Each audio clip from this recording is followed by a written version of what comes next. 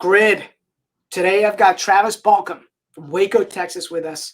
Going to talk to us and drop some information on storage, right? And why he loves storage. Before we get into that, Travis, welcome. Yeah, thanks. Appreciate it, Rob. Sure thing, man.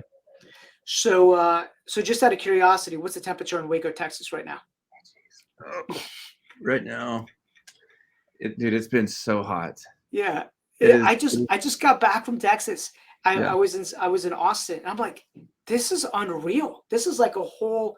I was like, this is crazy how hot it is. I'm back in Virginia now. It's like 78 degrees, 80 degrees. Nice. Oh yeah. Yeah, nice. When 95 degrees feels like a cool day, that the heat wave has lasted way too long. I think it's supposed to be 106 or 107 today. Crazy. August. Well, Travis, how did you get into this wonderful world of real estate investing? Like, tell me a little bit about how you started, when you started, what the journey has looked like so far. Take me back to the beginning. Yeah, well, I actually read that blue book behind you, The Millionaire Real Estate Investor by Gary Keller.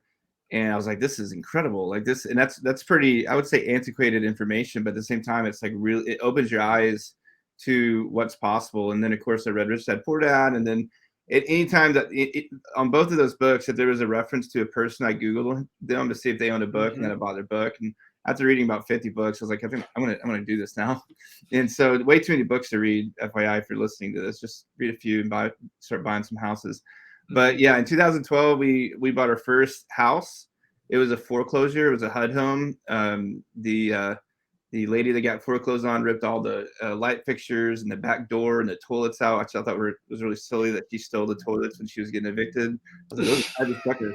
And so, yeah, I think we paid 40 grand for that, 42 grand, put 10 grand into it and rented it out for $900 before my first mortgage payment was due. And that was great because I was really tight on money. I basically used all my money to buy that first house, as down payment wise and that sort of thing. So it was good that I rented it out before my mortgage payment was due, because I was going to have to borrow it from my dad or something like that to make that mortgage payment. So once I rented it out before the mortgage payment was due, my wife really liked that. She's like, wow, this is great. How many more can you do? And before that, she was kind of hesitant of me doing this because it's, risky, et cetera, et cetera. And I was like, well, I think let's just see how many we can buy. And so I got to the point where I was like, if a bank would lend me money, I would go find a deal. I wasn't just sitting around. And then when I ran out of banks, I found hard money lenders to lend me money. And I got a good friend still today the rare occasion I do buy a house, he lends me the money most of the time. He was lending me money. We got really big. We would have somewhere around 30 to 40 renovations going at once within about a 2 to 3 hour radius of where I live here in Waco. And then it just exploded in a good way, and then it exploded in a bad way. There is typically that's how it goes. Yeah. So we were crushing it, making tons of money, bringing in lots of money. And then we just, around 2018, the market started getting way too saturated. And we were not able to clear out the houses we had. And so, if you're not able to clear out a flip, you're not able to make money, you're not able to make payroll, not able to pay marketing or anything else. And then slowly I got to a point where I'm like, man, if I don't let all of my staff go right now, like today, and then unwind all this entire thing, I'm going to file bankruptcy and not get out and not have anything left over. After I worked so hard buying over 400 houses. And that's what I ended up having to do, is let everyone go. And then I had this really nice office and this really big tower in Waco, a historic building, which is cool to have to bring investors to and that sort of thing. And then I had to take all the files, all the stuff. I left most of the office furniture, and I just went back to my house. I was working out of my master closet. We had a little office that my wife needed, so I had to move up to the master closet. And I unwound 72 rental properties and 46 flips and an 18-unit apartment complex to kind of get out of that. And then once we were out of it, which took 28 months, COVID hit, and I'm like, I got to find something that is recession resistant. I got to find something that isn't going to run me ragged like these house flips have. And I got to find something that can pay my bills monthly work really Mm-hmm. hard, and then pay my bills for the rest of my life, or for at least a good long time. And that's when I discovered storage. So, Dude, I love that story. I know that there's so much like I'm gonna go back to it. Like there's so much probably heartache in it, lessons learned. Um, like you got an MBA, PhD, master's, like the whole thing, right? When you go through something like that. And so I want to go back and unpack some of that a little bit more because I want to recognize for those that are listening right now, like what he just described is not uncommon. Like yeah, I've seen people that have scaled, and scaling brings a whole different level of complexity, right? sure. And one change in the market with especially a fix and flip business, um, can be extremely detrimental. Like I've got a very good friend of mine locally here that that's happened to him 2 times, right? Mhm. And I was like, dude, why aren't you just buying and keeping more stuff, right? Right. Like this transactional side of the business, that there's so many moving parts when you're buying, fixing, and flipping houses within a 2-hour radius of where you live. The level of business complexity on that goes up, right? Like Right. it takes longer to get the renovation done. There's so many issues that happen because you're scattered among 40 renovations at one time, right? So Yeah. everything takes longer, everything gets compounded, every issue gets magnified, right? So what was your biggest learning lesson in Yeah. that whole? You kind of hit it. So I firmly believe that processes and procedures are how a business goes from, a single person, making money to an organization making money. And we grew so fast. Like in 2015, it was still just me. 2016, I had an assistant. In 2018, I had 7 people working for me. It was just Mm-hmm, growing way too fast. And so you're trying to find money, you're trying to find employees, you're trying to train those employees, you're trying to come up with procedures and processes. And like the faster an organization grows, the profit margin, in my opinion, also has to grow. Because if it doesn't, you don't have the profit to pay for these yeah. you don't have the profit to pay for those people who are just kind of holding things together. Like if I'm used to, as a sole entrepreneur, if I'm used to a 20% margin, and then I have a $90,000 operations guy and a $100,000 construction guy and a $50,000 assistant, I still can't make 20% margins. I need to have a fatter margin, or I need to do such a large volume that when you increase volume, that you increase the need to have even more employees. I would say ultimately the house flipping business works really well on a solo entrepreneur side of things. It works really poorly on a like a enterprise size, like something like what we were trying to do. And to give you an example, is like most home builders in America build 1 to 12 houses a year, and it's very rare for you to have a home builder that can build 1,000 to 20,000 houses. Like Mm-hmm, there's probably 7 to 15 companies, maybe more, maybe 25 companies, but definitely less than 50 companies that can build that many houses a year. And the reason why is because you have to get to a place where you're not really a home builder, you're an organization that offers homes for someone, but you having to build them. Whereas like a custom home builder is still building, like a custom home, as opposed to like we're just knocking out. We have 5 plans, and we're knocking out 1,000 of these suckers over across the nation. And so, I really feel like ultimately the business in and of itself just doesn't work in a large scale, and that's why the importance of keeping things instead of just flipping them is really really important. So if I were to go back and do it again, I would be like, I'm going to buy 3 houses this month. I'm going to buy one mm-hmm, house that's already ready and I can rent it out, and then I'm going to buy 2 fixer uppers that I can go in and fix up and sell and make 20 grand each, and then I got 40 grand a month, and then I got this rental, and like over the next 36 months I'll have 36 rentals, and that'll pay $8,000 to $9,000 a month in passive income. That's probably how I would do it again. I also think, in my opinion, the residential asset class isn't the best asset class to invest in. mm-hmm. That's part of Yeah. what I just done. I did so much of it and it failed. So, What's interesting was that it's such a good conversation. I literally was just having a conversation with my business partner about that. I was like, listen, we we've taken on a lot. Like the other side is we've taken a lot of rentals, and you and I were talking about this beforehand, where interest rates are now kind of crushing what those margins look like, especially if we're going to try to like refinance out of some of these. And I'm like, we need to make sure that we're disposing more of these assets, right? So for every four that you buy, maybe you're turning two or three of them, you're keeping one of them that's really, really good.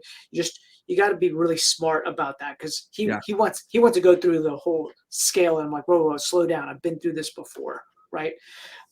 But whenever there's crisis, there's also opportunity. sure. So how did you end up discovering storage? Why do you believe storage is a better asset class than, let's say, something on the residential side? Like what was this epiphany that you had?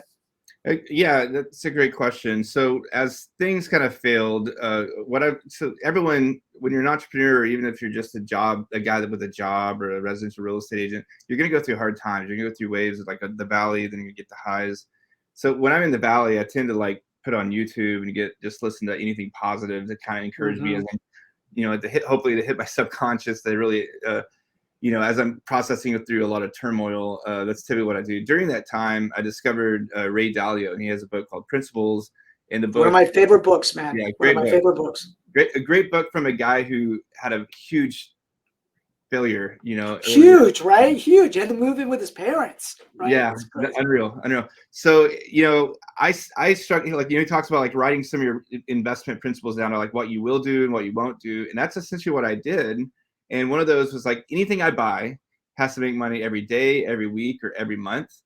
And then it has to appreciate. So a lot of our rentals we own were in really crappy areas, and we were paying like $8,000 for them, putting $5,000 into them, renting them for $500. You're like, oh, Travis is so smart. He's getting like a 3x multiple here.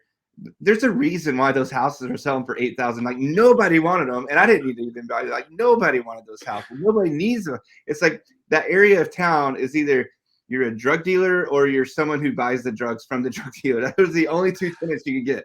And so for us, we were like, we want appreciable assets that make money every day, every month, or every week and every month. And so some of those assets would be short-term rentals. Like you could have a Class A home that you rent out every day, and it makes you good. Back in 2019, before Airbnb exploded in this market, at least, there wasn't that many of them. So you could get $350, $400 a night, and we were crushing it. It was really great.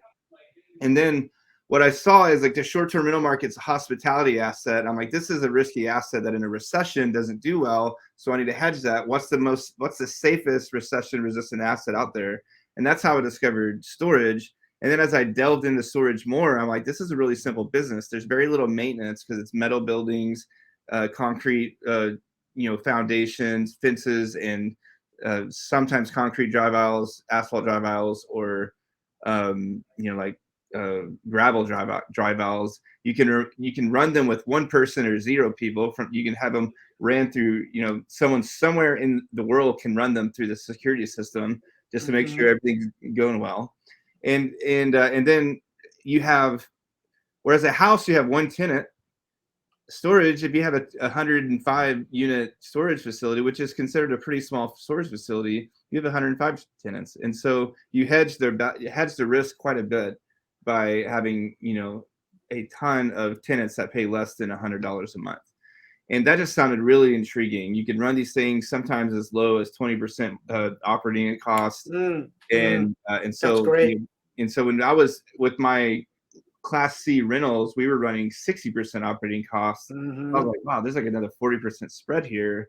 And then the financing was a lot better. Like, when you're buying these crappy houses, you're getting, even when rates were 4%, we were getting 6.5%, and we were getting, 5% rates with storage. It just seemed like a really nice transition to make. And it has been. We've done really well. Life's been a lot less stressful since we've been in the storage And, industry. and by the way, let me ask you, what price can you pay for peace? Right? Yeah, This is like I'm curious when of you, that. yeah, when you have gone through fire before. And by the way, if you will go through, if you're just starting out and you start building a business, you will experience fire. Yeah, Like it's just part of the journey, right? And it's how we learn and it's how we grow, right? And that's just part of like the badge that we all get to wear, right? There's never been one real estate investor or entrepreneur that I've spoken to that hasn't experienced some kind of, I think there's been one. And I'm like, okay, it's coming, dude. It's going to Yeah, come, right? it's a matter of time. It's just a matter of time. Everything works in cycles. Even learning how to walk, you're gonna fall, and we've all done that. We just don't remember how frustrating that felt. But I have 4 kids, and like I've seen every single one of them learn how to walk, and they get incredibly frustrated when they. So yeah, it's just part of life, is the failing, struggling, going through the valley. All of that is just part of life. How did you buy your first one? How did that come about? Yeah, the first one. So we had sold so much to kind of liquidate everything. Liquidate's not the right word. We were selling them for premiums and trying to make as much money as possible. My tax bill was going to be pretty high. And because we were like paying back investors and stuff like that and taking care of stuff that had kind of gotten out of whack, I didn't have what was going to be $120,000 tax bill. So I found a storage facility in a small town in Texas. The old man was trying to sell it. And I was like, this is perfect because I can do a cost segregation study on this guy and eliminate my tax bill. The hard thing is I needed him to seller finance the 25% down payment, and he did not want to do that. So I was like, I started texting all my buddies, all my friends. I'd never done a syndication before. I was texting all of them, and like I raised $700,000 for the down payment on this.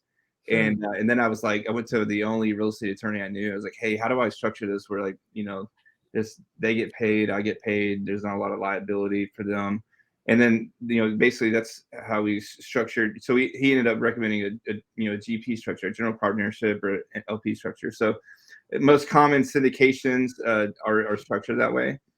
And so the crazy thing about that is I had to close on that one before the end of 2021. And like we weren't ready to close till December 30th. And like the closing escrow lady was like, "Oh, I'm off for the holidays." I was like, "You have to get back in for the holiday. I realize you want to work today, but I have to close this year." So we were supposed to close like in November, and they kept on getting pushed. It was like December 30th. So thankfully, 2 days to spare, I closed and was able to eliminate my tax bill. And that's one of the most positive things about commercial real estate is you can do what's called accelerated depreciation through a cost segregation study, and that the Jobs Act of 2017 allows you to what typically takes 5 to 15 to 39 years to depreciate. You can actually depreciate most of that first year, and so it eliminates any tax liability that you would have had. And we push that towards our limited partner or our investment partners, and and then we take our own little chunk as well. And so yeah, it was and that one's a great asset to own. We inherited a manager that was really good, and she helped us learn a lot about the business. And we helped her learn about how to automate stuff so she didn't have to work as much. That's cool. Yeah, they were like handwriting leases still. And I'm like, no, we have a computer. They just press a button, they put 5 things in, and then you get a lease, and they sign it, and they're good. So it's just like, oh my God, this is great. Well, as you were selling your portfolio to kind of get out of that, and there'd been a lot of work, right? Like how many years? It took 28 months to get complete. From October 2018 is when I had that epiphany that if I didn't fire everybody and get really serious about getting rid of all these things, then I was going to have a pickle. I was going to probably have to file bankruptcy. And so from that day, it took 28 months to get rid of everything. So into COVID era, well after that, we were still selling houses.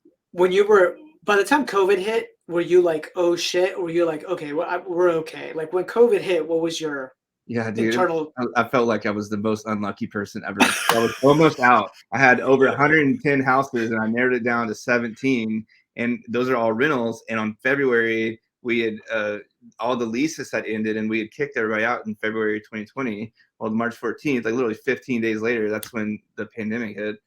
I was like, this is so unfair. I had like 14 grand in the bank. I'm like, this isn't gonna work. This is like weird. I almost got out. Like I just felt so unlucky. And thankfully, the CARES Act and the Treasury didn't require mortgage payments to be made. We were able to get out of the rest of the 17, and that ended up helping out quite a bit. Oh my God. Yeah. When it hit, I turned to my wife. I'm like, we're screwed, right? We're screwed. Nobody's going to pay. Anyhow, it all worked out. So good news. So you bought this. Okay, so you bought your first storage unit, right? Like you just come out of that mess, which by the way had to be incredibly emotionally difficult, right? Like I can imagine you got little kids, you've got this wife, you've built this thing, you guys have grinded, you're coming out of this like you're coming out of this, but you decided to keep at it. Yeah. Like what was that? Like where Well, did you get that? well, from 2012 to 2018, I had a couple of like really scary events. Like we missed the mark on a property in Dallas, Texas, and we took a $250,000 loss. Also in Dallas, Texas, we had to get sued by the neighbor, and we got through all that. And so I was just kind of thinking, I'm like, man, I've been through a lot of hard stuff. If I can just push through, I can get out of this. So as I was coming out of it, I was like, I don't know what I want to do. I don't really want to be in real estate, but I had developed this skill set and and I knew that if I were to jump industries, if I was to go somewhere else, I would have the same roller coaster of learning the skill and Mm-hmm. failing and that sort of thing as if I did when I started real estate. So I was like, I'm just going to stay in real estate because I understand it and then I was like, I'm gonna pick the easiest, in my opinion, the easiest asset class to be successful in, because I was like, I'm getting older. I don't have time to like restart again. Mm-hmm. And because in 2014, I felt like I had to restart when I lost $250,000 on a flip, and then and that same year I had got sued by that neighbor, and then in 2018, 4 years later, I had to kind of restart again. And then it was Mm-hmm. 2020 and I was having to restart again. I was like, I just want to pick something that like, just, I know I can make money on and it has a pretty easy, Predictable. Yeah. predictable chance of it, because I'm like, man, like, I don't think I'm unusually smarter or dumber than anyone. I feel like I'm just kind of average. And like so if you look at the last 40 years of self-storage facilities, the debt on those has the lowest default rate of any other asset class. That's less than Mm. 1%. I'm like, okay, most of these work out even for the people who aren't that smart.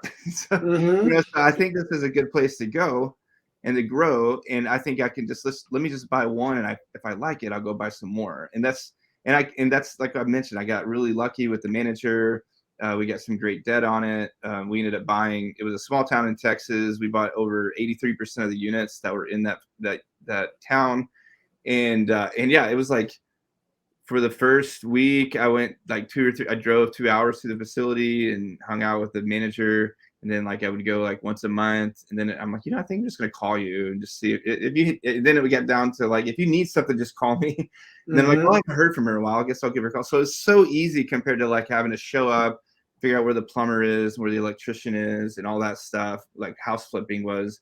And so that's, so going from residential to storage was really just like I had the skill set of real estate, and I knew most of that would transfer to storage. All I needed to learn is the marketing and the management and that sort of thing, because I understood the debt and how to manage, how to get the debt. I understood how to reposition things. They're kind of generally the same thing and all across the real estate. And I didn't want to like learn the franchise business. I didn't want to go Mm-hmm. buy 5 franchise, become a development agent of a franchise company and have employees. I was so burnt out of employees. Mm-hmm. So I thought storage was like the best thing for me. Very few employees, very few defaults, very low risk because you have a ton of tenants. And then it's a real simple machine. It's got, like I said before, it's just metal buildings basically. Sometimes those roll-up doors break, but maybe I think we had 2 break out of 900 units last year. Oh my God, Yeah. that's great. Yeah. So yeah. So fast forward today, you have 900 units, or how many units do you guys have? Yeah, well, that's a good question. It's somewhere around there. We just got an offer accepted this morning, and then we accepted an offer for that facility. The first facility, we're actually selling it. Someone is paying us a lot of money for it, so we're deciding to sell it. And we're basically trying to cash up, generally speaking, because we feel like at the end of 2024, mid 2024, there's going to be some heartache in the commercial real estate space, and I think early 25, there's going to be quite a bit of heartache as well. It's over, I think it's over $1 trillion worth of commercial real estate is adjusting. A lot of that Mm-hmm. is stuff that I would never buy, like malls, offices, medical plazas, hotels. But we want to be there. We want to have the cash in case,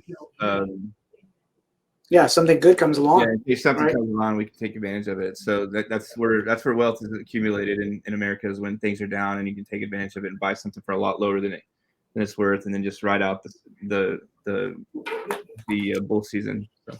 Travis, what type of storage units do you buy? I know that there's different levels in storage. Yeah. What do you focus on? What's kind of like your we actually find the best yield or the best returns comes from the Class C and the Class B minus properties. So you can take something that was built in the 80s, maybe in a tertiary market in Texas or Oklahoma.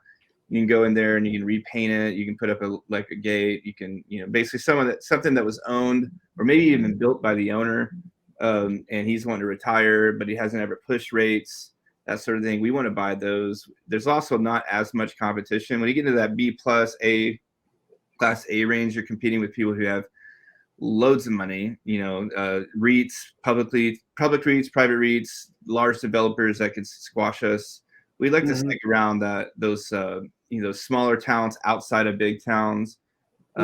We want for the most part, we do non-climate control, because climate control, you have HVACs, you got fire sprinklers, both of those can break. Add to maintenance, those also add to cost. You always have to worry about that. And then, but yeah, we want pretty much basic Class C, Class B minus stuff. The facility we just got accepted today is an old warehouse. It's been converted.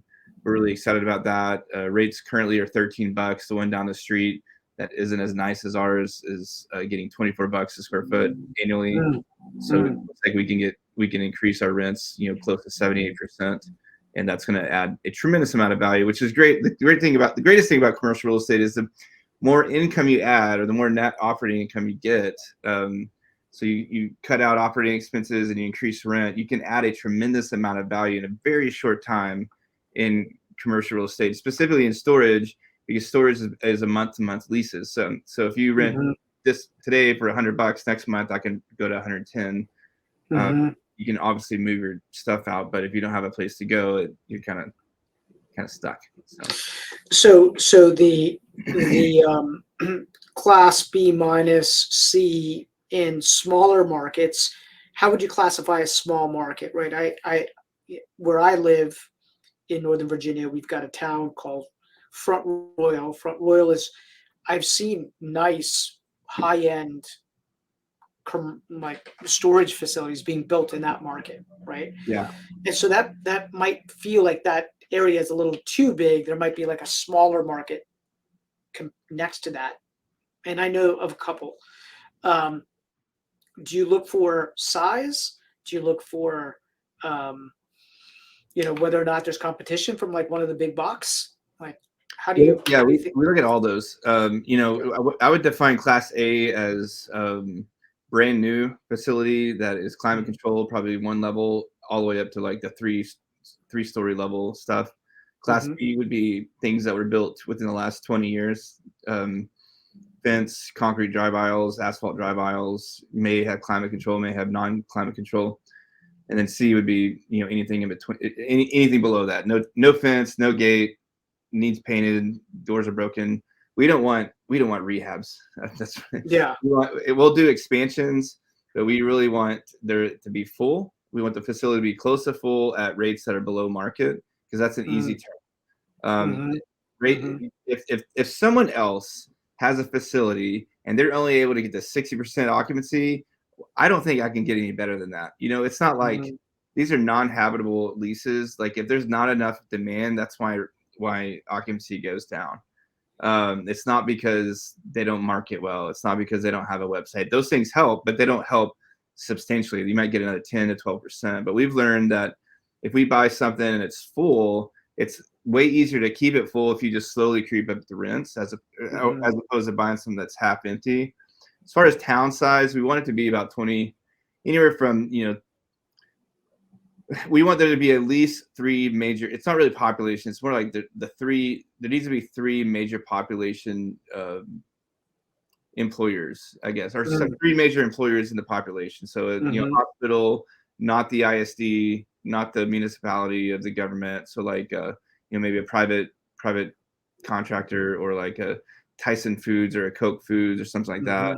We kind of a silly metric. We want there to be a Walmart in there, a Walmart center. And the reason why is that the number one retail company in America for the last 50 years thinks that's a good town to put a Walmart in, then it's probably a good town to have. It probably has an economy that's going to at least grow a little bit. Yeah. So and then we look at the competition. We want to make sure that there's not a lot of other competitors. If there's no climate control, like we'll look at the one climate control, want to buy that one climate control facility. But we've entitled, meaning like we've done all the permit work and design and all that stuff for like large Class A stuff. But we've ended up selling those to other developers or other companies just because, I can buy 5 to 10 facilities in the time it would take for me to build and to develop, lease it up and that sort of thing. Just way too much risk. And so we tend to, like, we're building one in a town south of DFW right now, or we're doing all the entitlement work. That's going to be a 60,000 square foot facility. That would be my biggest one. That's big. Yeah, like 41,000 climate control and I think 18,000 non-climate control. So, and that's basically it. So Walmart, we want square foot per capita be under 8 to 10. We want there to be population increasing so that there's people moving into town. We want there to be people, if people want jobs, we want them to go get jobs. It's like a few major employers that can hire. Those are some of the bigger metrics, but it really is kind of it's not really a gut feeling, but there's not like these 15 things are what we look at in every facility, every market. There's not something like that. There's always like, we'll get something across the desk. We want to look at it. If it hits the first top 5 things, we'll dig deeper.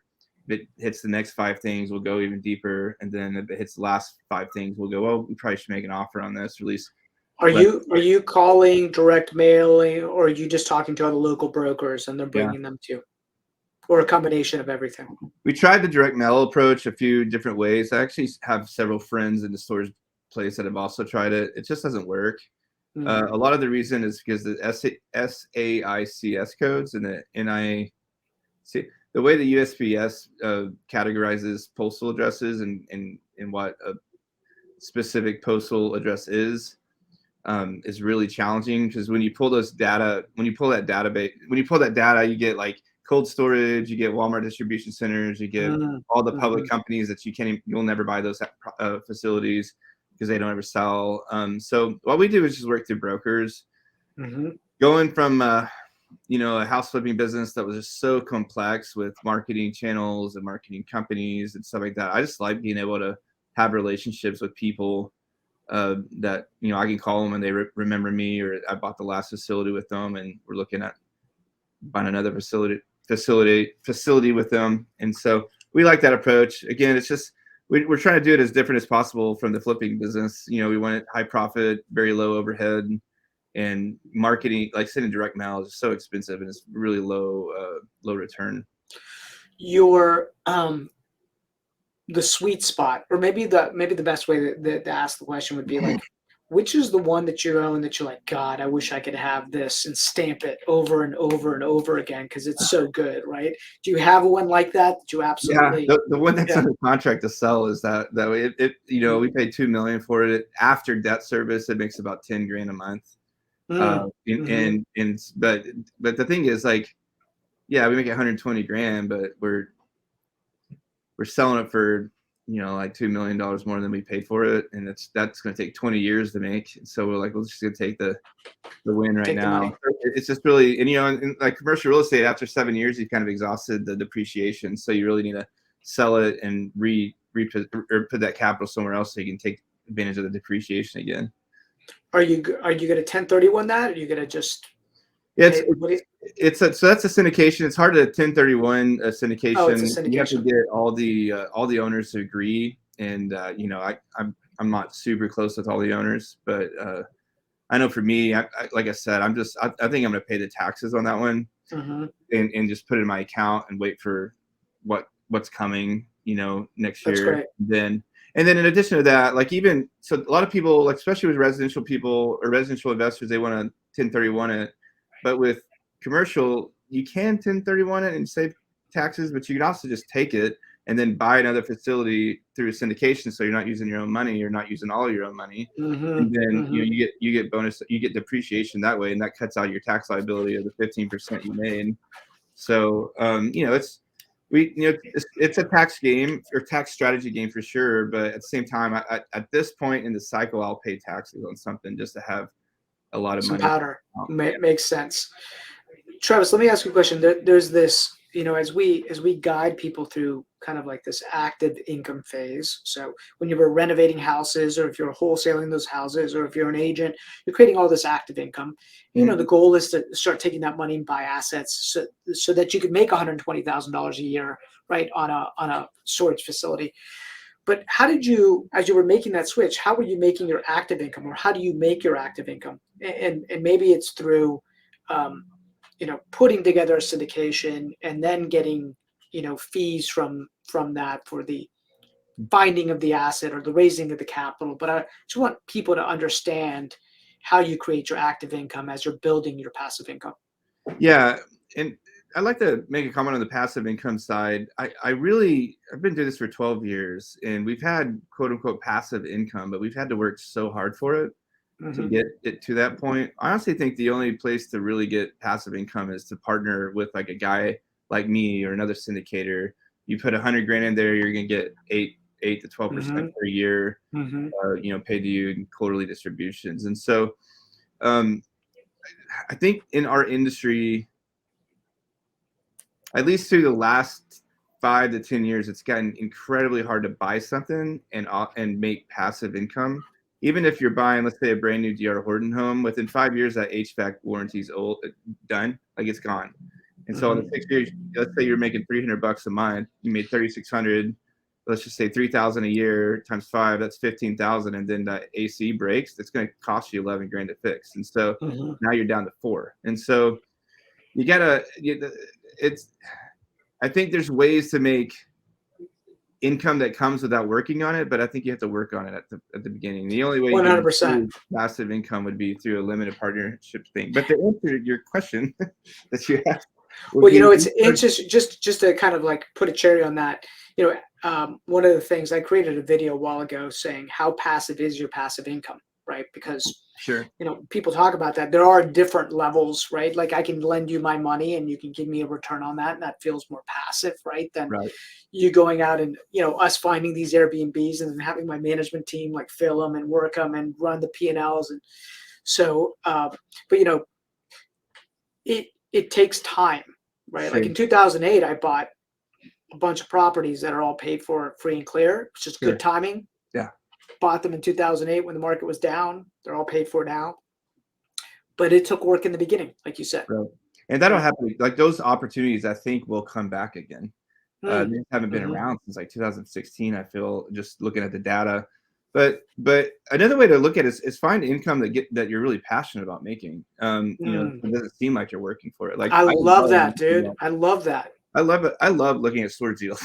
I know that's really kind of nerdy, but I really do. And like, you couldn't get me to buy a house to flip. Like, it's just like, oh, it'd be such a drag, but to answer your original question, I charge fees. So most syndicators charge fees.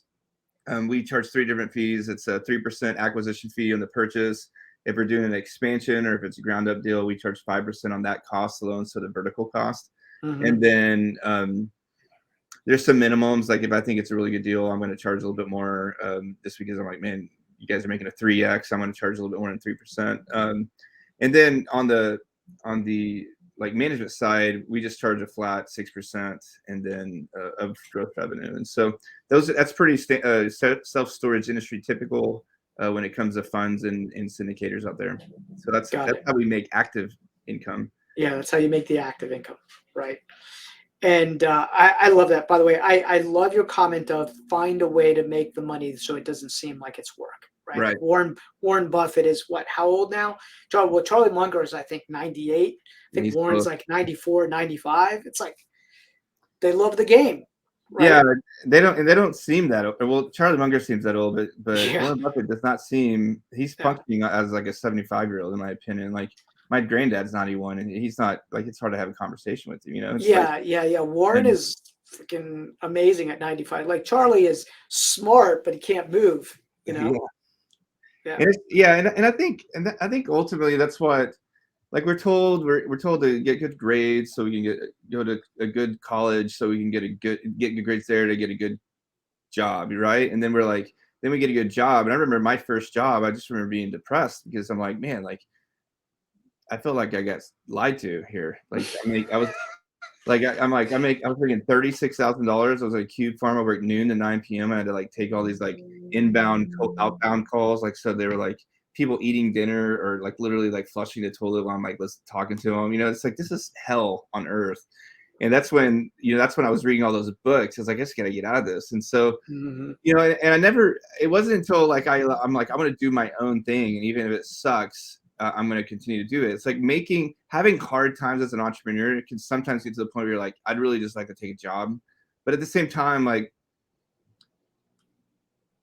once you figure it out and the money comes, it's like you're in flow state, like the money is easy and it just comes and like, this is I've been through this before. I'll get this. And then it becomes way more enjoyable to make it. And you're really not even focused on the money once you have enough kind of, in your bank account, and you're like, well, I'm just going to do another deal. Is this a good deal? And you make 100 grand on that deal, and then you do a big deal and you make 300 grand on that deal or whatever.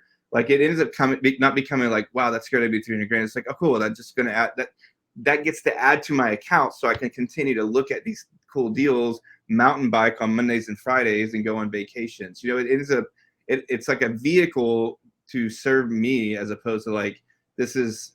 Like I feel like a lot of entrepreneurs still have jobs because they're not able to leave because they have businesses or in an industry that's like the margin is just not big enough for them to really enjoy life.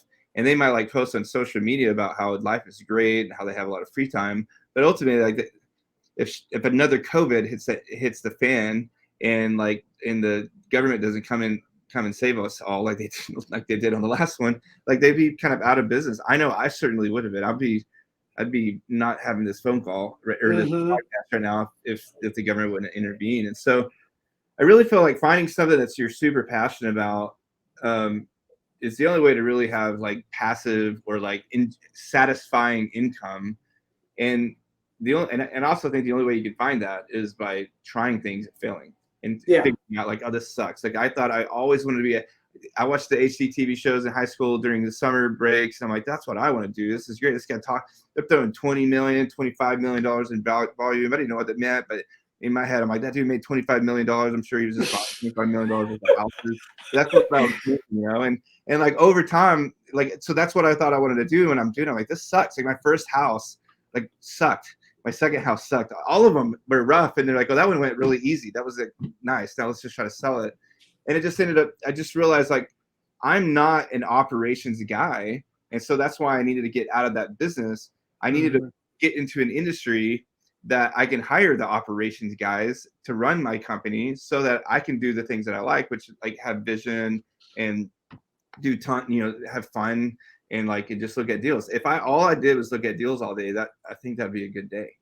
Yeah, it's funny because I think one of the things that nobody talks about enough in our industry is that real estate investing is such a big word.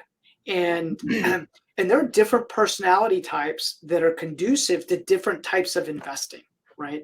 And you do have to taste some of those different ways of making money as an investor to figure out what works for you. I remember thinking my wife and I were buying like 30 houses a year, and we're doing all robbing Peter to pay Paul to do all these renos and doing small multifamilies and selling them to investors turnkey and managing all these properties. I remember thinking, I'm not a developer kind of personality. Like I'm not like I don't have the stomach for like a lot of risk, right? And so I found a way for it to work within my personality, my skill set. Good friend of mine started off wholesaling houses and then ended up building luxury new construction, and then was like, and made good money, by the way, and then hated all the nitpicking of the luxury person on the asset. And it's like, I don't want to deal with that anymore. Like, and so he transitioned to retail commercial. and has killed it for the last 15 years. I mean, killed it for the last 15 years. And he found his niche in retail commercial. And so I do think that people have to try these different things, and whether it's being a private lender, a note buyer, or maybe somebody is absolutely in love with just wholesaling, and that's fine. At the end of the day, though, they've got to take that money, whatever that active income is, and they have to buy assets long term. Sure. Right? Sure. It just has to be part of that equation. Well, Travis, let me ask you a question. If people wanted to learn more about what you're doing, investing in storage, or maybe even investing alongside you, do you guys do that right now? Yeah, we do. We have plenty of investment partners, and we're taking on more. Okay. So, the best way to find that information or find out more info about that would be to go to investinstoragedeals.com. And by the way, that's a great URL, man. Yeah. Well, yeah, it forwards to my capital company. No one knows how to spell or say my Balcomie, but yeah. So yeah, you just forward. Once you get to that website, you just scroll to the bottom and just fill out some information. We won't spam you. We'll just send you the deals when we have them. We have one coming up right now, small raise, so it shouldn't take long to raise it. But yeah, we get a lot in the pipe. We're really excited about the next year, and then we're really excited about the end of next year. So. Yeah, man, I love that. Yeah, because you see opportunity on the horizon, right? Yeah, absolutely. You see opportunity. That's good. Spoken like somebody that's been through the process in the fire before. Right. Travis, thanks so much for sharing time with us on the Grid Investor Podcast, now rebranded as the Income Flip. I appreciate your time, brother. Yeah, man. Appreciate it. Thanks, Rob. Great chatting. Sure thing.